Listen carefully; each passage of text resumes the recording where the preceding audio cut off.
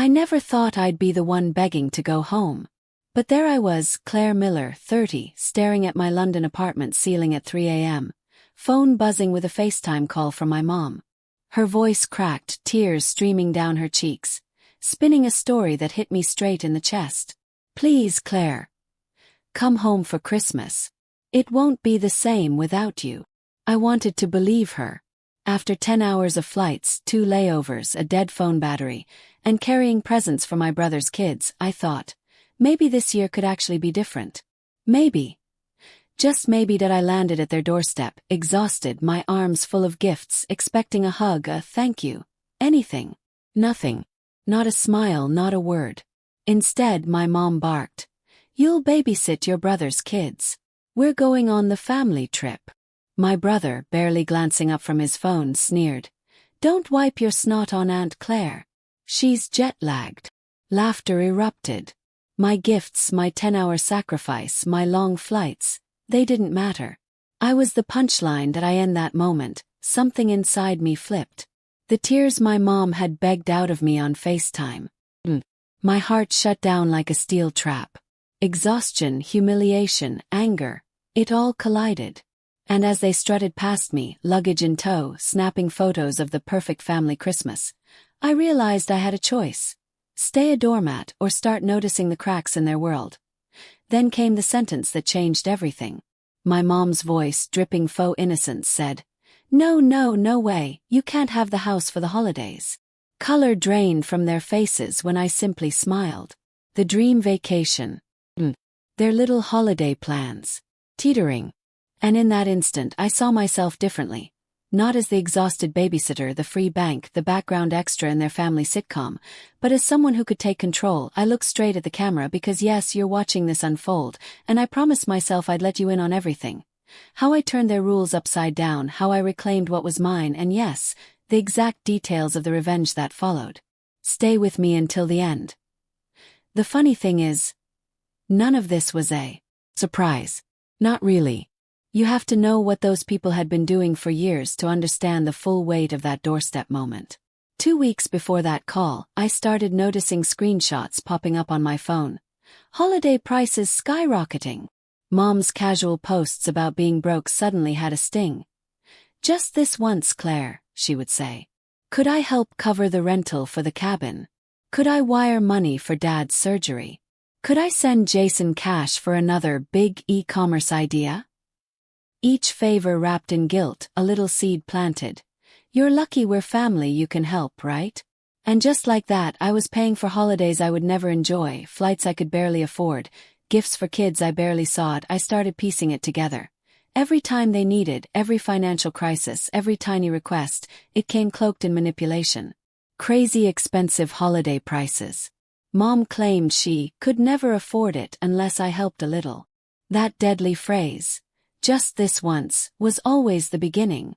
Every favor, every emergency, every tearful FaceTime call was a pattern.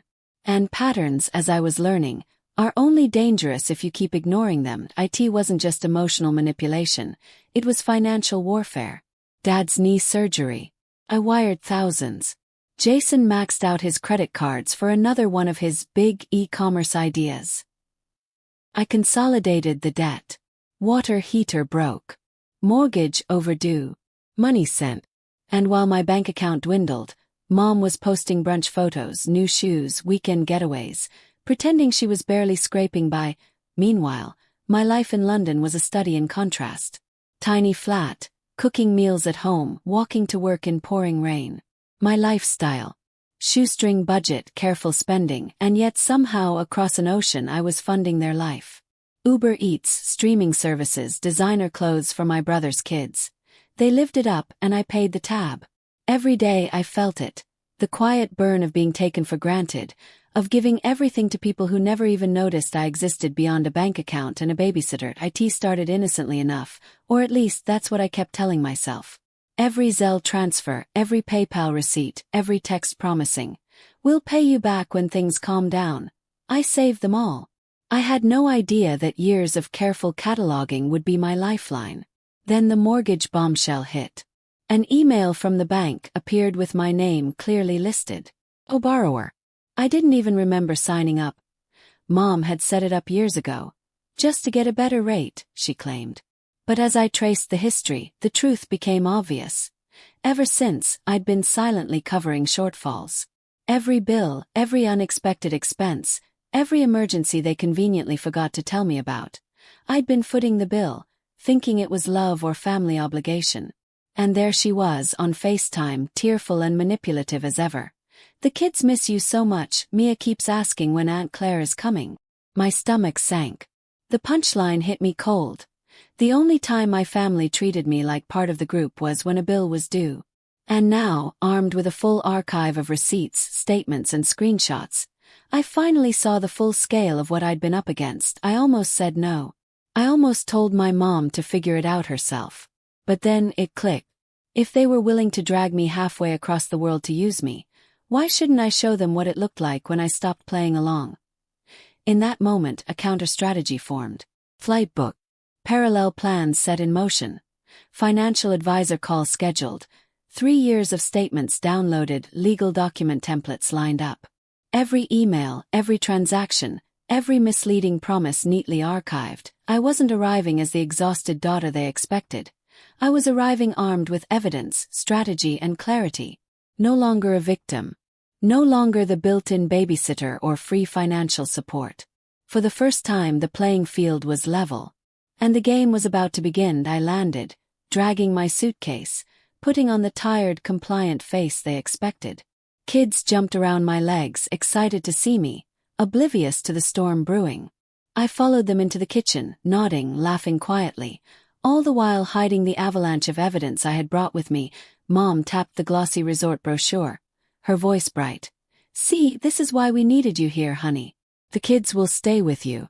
We'll finally have a real vacation. You always say we should take care of ourselves." Every word she spoke, every gesture was ammunition. She thought I had come willingly to play the dutiful aunt, the free nanny, the invisible bank. But my eyes traced the itinerary she had proudly laid out. Flight times confirmed. Resort package details in bold. Her credit card confirmation displayed openly on her phone. Every bit of their dream vacation, documented, real, untouchable, was exactly what I needed to turn the tide. I smiled, playing the part. "Get everyone into the dining room," I said, voice calm. "Let's go over a few things before you leave." Laptop opened, receipts stacked, screenshots ready. Every Zelle, every PayPal transfer, every manipulated promise neatly displayed on the screen. My quiet rebellion had taken physical form. The switch flipped again. What they thought, built-in nanny, free bank, helpless Claire, was nothing compared to reality. I had flown 10 hours, crossed 2 continents, and I was here to end it forever.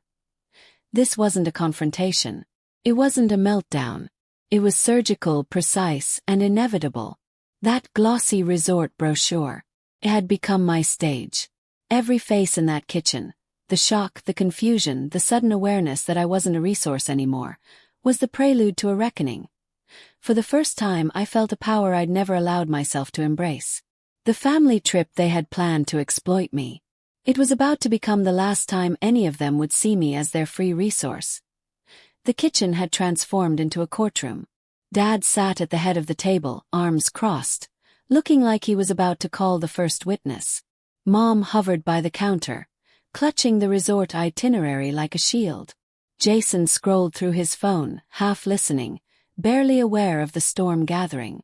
Meanwhile, Mia and Logan spun on the tile floor, innocent chaos in motion, oblivious to the tension. I slid my laptop across the table, tilted it so everyone could see the screen.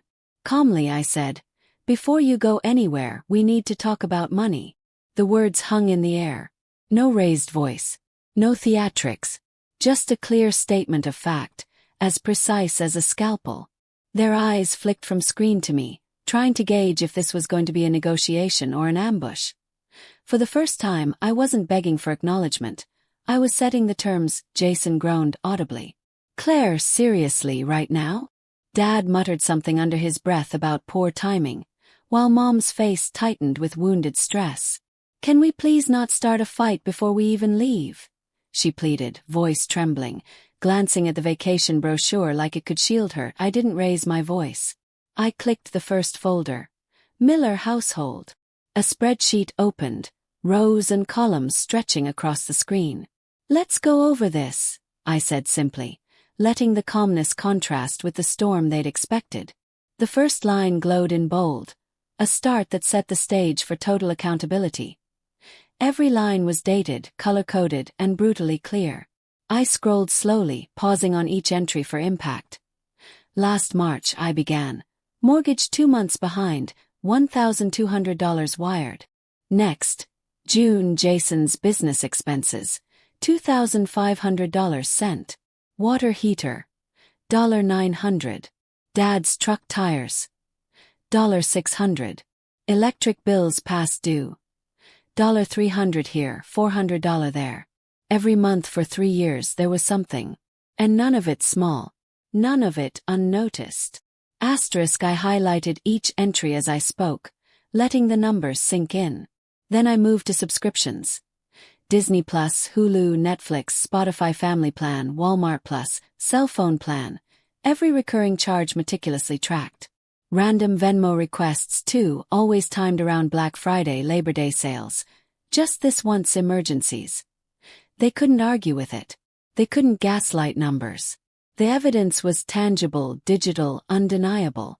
A decade of manipulation, carefully documented, laid bare on a screen in the middle of the kitchen.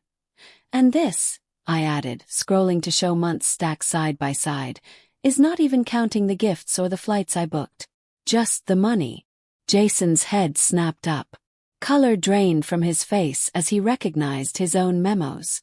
"I swear I'll pay you back next month," he muttered, eyes flicking to screenshots in the notes column. No excuses could mask the evidence. The mom's hand flew to her mouth as she saw her own texts screenshotted. Gas money for grandma, nail salon appointments the same week. Reality hit her like a brick wall. The glossy resort brochure, her well-practiced tearful FaceTime performances, they were meaningless in the face of documented truth. Dad's jaw tightened as I displayed the PayPal transfer for his knee surgery copay and, on the same week, a receipt for a brand new flat screen. His silent acknowledgement said everything. The receipts couldn't lie. Every face in the room betrayed shock, shame, and disbelief. Their world, built on subtle manipulation and assumed entitlement, was crumbling line by line, number by number. Finally, I scrolled to the bottom. Bold row highlighted. The total. Last 36 months. Just over $60,000. The room went dead silent. Jason blinked rapidly, staring at the screen as if the numbers might rearrange themselves. Dad stared at the wall. Mom's whispered mantra repeated over and over. "No, that can't be right." Magical thinking was powerless here. Next, I slid a thin stack of printed pages next to the dream resort itinerary. Visual contrast. Glossy family fantasy beside the undeniable truth of financial exploitation. I explained the simple agreement. Not a lawsuit, not court, just acknowledgement and a structured payback plan. Even $50 a month counted. Legal template. Advisor review. Confirmed. Core statement clear as day. Was not a gift. For the first time they had no control, no excuses, and no gaslighting. The family hierarchy they relied on was gone. And I smiled quietly, knowing that their fantasy vacation had become the exact setting where their entitlement met its match. Dad's face turned red, veins pulsing in his temple. "We are family," he bellowed, voice shaking. "You don't put family in debt like that. Are you going to sue your own parents?" I leaned back slightly, calm, unshaken. Family doesn't hide a mortgage in their daughter's name. Family doesn't call her only when payment's late. Family doesn't spend her money on vacations and brunch and then tell everyone she abandoned them.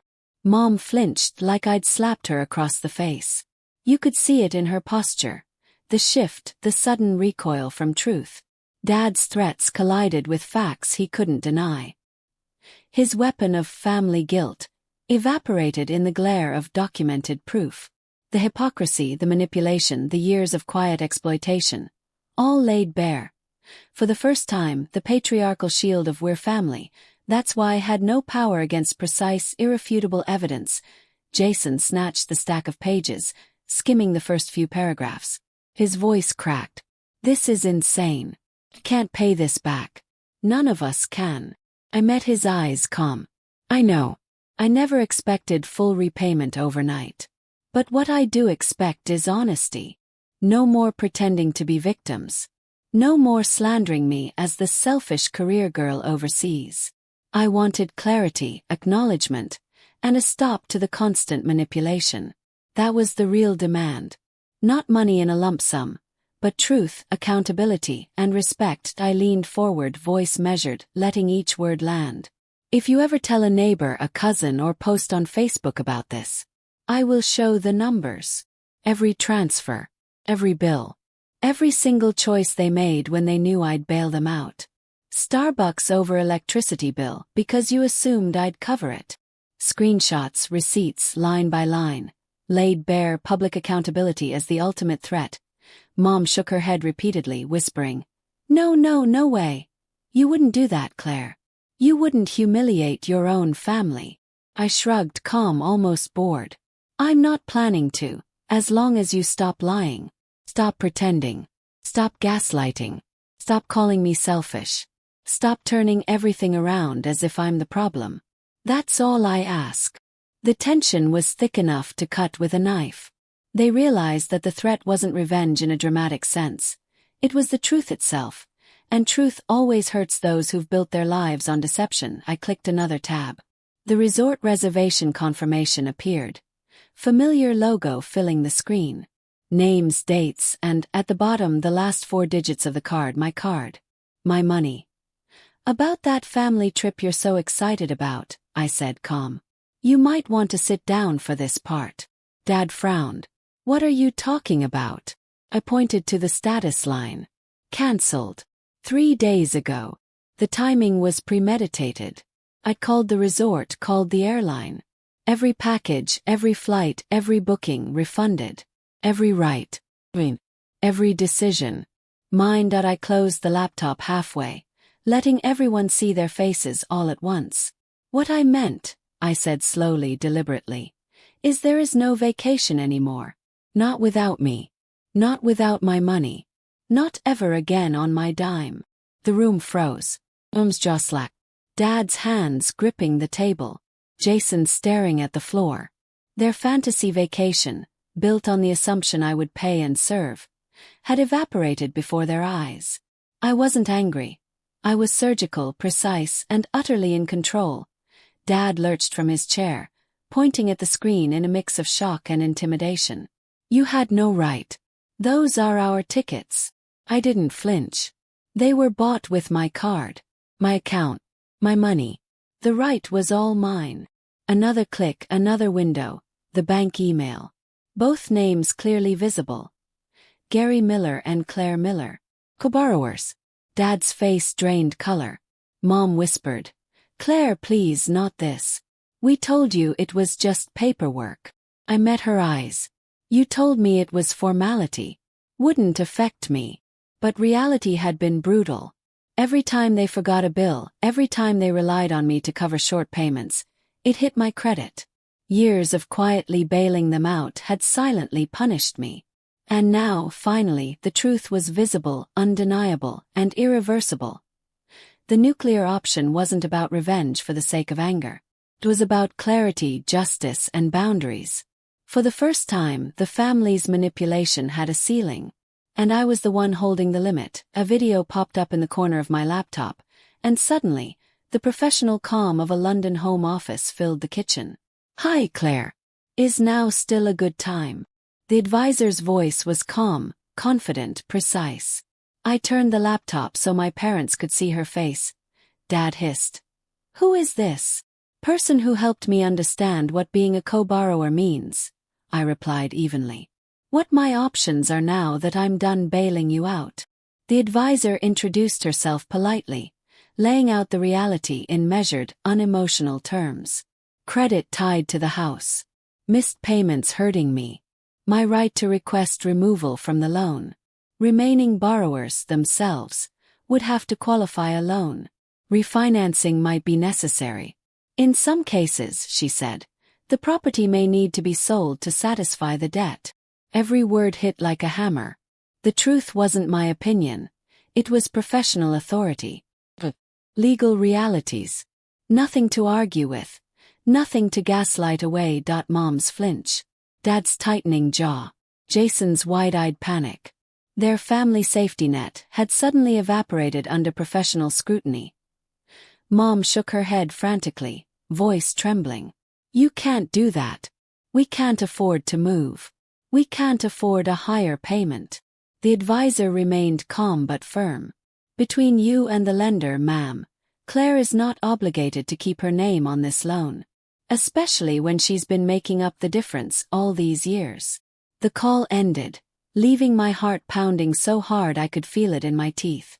The weight of reality, the financial leverage I had quietly amassed, was about to hit the family like a freight train. Dad whirled on me, voice sharp and accusing. You're going to make your own parents homeless. Over some numbers on a screen. I met his gaze steadily. No. I'm going to stop letting you gamble with my future while you act like I owe you my entire life. The logic was undeniable. If you can afford resorts, plane tickets, and brunches because you assume I'll be here to babysit, you can afford to sit down with a bank and figure out how to pay for your own house. You just haven't had to, until now. His anger faltered under the weight of facts. My refusal to apologize or justify myself was not rebellion. It was self-preservation, plain and simple. I pulled a folded letter from my bag and set it on the table. Formal notice, I said. Automatic payments stopped. Bank would contact them directly. Joint checking account closing. Just in case there's an emergency, I air-quoted, watching Mom choke back a sound somewhere between fear and fury. That's where grocery money comes from. That's where we pay utilities. How are we supposed to manage all this? She cried, and I stayed calm, breathing steady. Same way every other adult in this country does. With their own income, their own budgeting, their own consequences for overspending. I clicked another tab, autopay history. Years of setups, my name next to each payment. Mortgage supplements, power, internet, streaming bundles, grocery deliveries, car top-ups, all clearly labeled. As of today, these stop, I said, cursor hovering over cancel. Bills in your own names. If they're late, that's between you and the companies. Not me and my credit score. Jason's eyes widened, panic rising. You can't just pull everything away at once. At least give us time. We'll pick up more shifts, work more hours. Swear. Don't screw us like this. I looked at my 34-year-old brother and spoke slowly, deliberately. 2 kids.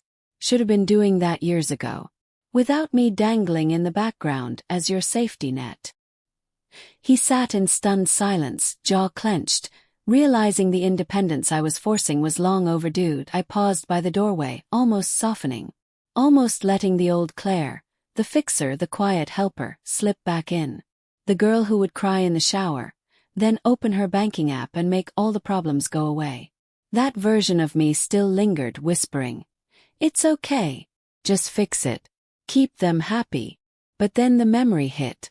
The doorway moment. Laughter. Mom saying, "You'll babysit," as if I were a line item on a to-do list. Jason smirking, thinking I'd quietly absorb another mess. That softer part of me shut down.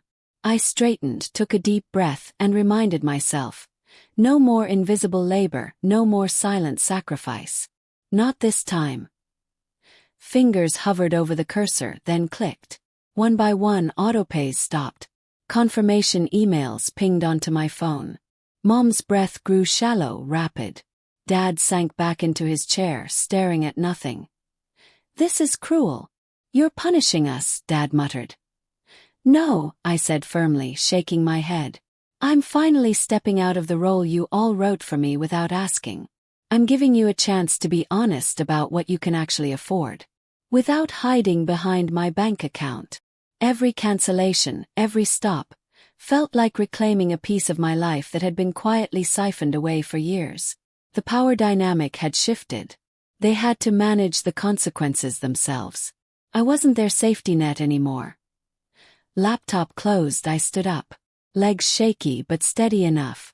"If you decide to tell anyone I abandoned you," I said, voice firm, "remember I have every receipt, every bill, every transfer. Done being the villain in the story you tell other people." Picked up my suitcase. Quietly I added, "You wanted a real vacation. Maybe this is it. A vacation from pretending I'm your built-in solution to every bad decision. Let's see how you handle life without that." The room was frozen. The kids barely noticed. Their fantasy of Claire, endlessly available, was gone. My presence was no longer a service they could exploit. It was a reminder that boundaries existed, and I finally enforced them. Dad snapped, chair scraping the tile as he lunged toward me. "If you're walking out after this little show, don't bother coming back. Not welcome in this house. If you're going to hold money over our heads." Mom reached for his arm. "Gary, stop. She just needs to calm down. We can talk." But she didn't step fully between us. Jason sat silent, staring at the floor, jaw tight. The threat hung in the air, impotent in the face of months of documented truth and years of silent sacrifice finally surfacing, hand on the door handle. Every muscle shaking, I paused. Part of me wanted to drop everything, apologize, retreat. Instead, I straightened. "You're the one who decided my value here was measured in what I pay for. If I'm not welcome without my credit card, then I was never really welcome at all." Dad jabbed a finger toward the door. "Get out. Don't come crying to us when London chews you up and spits you out." "Let him." I walked past. Almost laughed. London wasn't the city that had been eating me alive. This kitchen had been. Steps outside, California sun hit my face. Door closed behind me. No one followed. No one called my name. Only the faint sound of Mia and Logan arguing over a cartoon, blissfully unaware that their vacation had evaporated. Uber ordered. Suitcase dragged to the curb. I felt more homeless than I actually was. Driver asked, "Where to?" I gave an address I'd never shared with my parents. High-rise downtown San Diego, 15 minutes from the quiet street where my parents had no idea I'd built a life. Completely different world. 6 months earlier, after midnight money transfers and yet another guilt trip, I had started quietly building my escape. Savings, UX salary, down payment on a tiny one-bedroom condo. Told family, just thinking about coming back to the States someday. Truth. I had already signed the papers. The plan was slow, quiet, intentional. Disentangle finances without blowing everything up. Tonight proved there was no gentle way. Uber pulled up to the glass building. Swipe key fob. Wheeled suitcase through the lobby. Only seen twice before. Elevator to 8th floor. Condo smelled like fresh paint and new carpet. Not anyone's cooking, stress, or desperation. Just empty. Suitcase dropped in the middle of the living room. I stood by the window, looking over city lights. First time in years, phone silent. No requests for money, no. "Can you send something until Friday?" No. Card declined, fix it. Just me.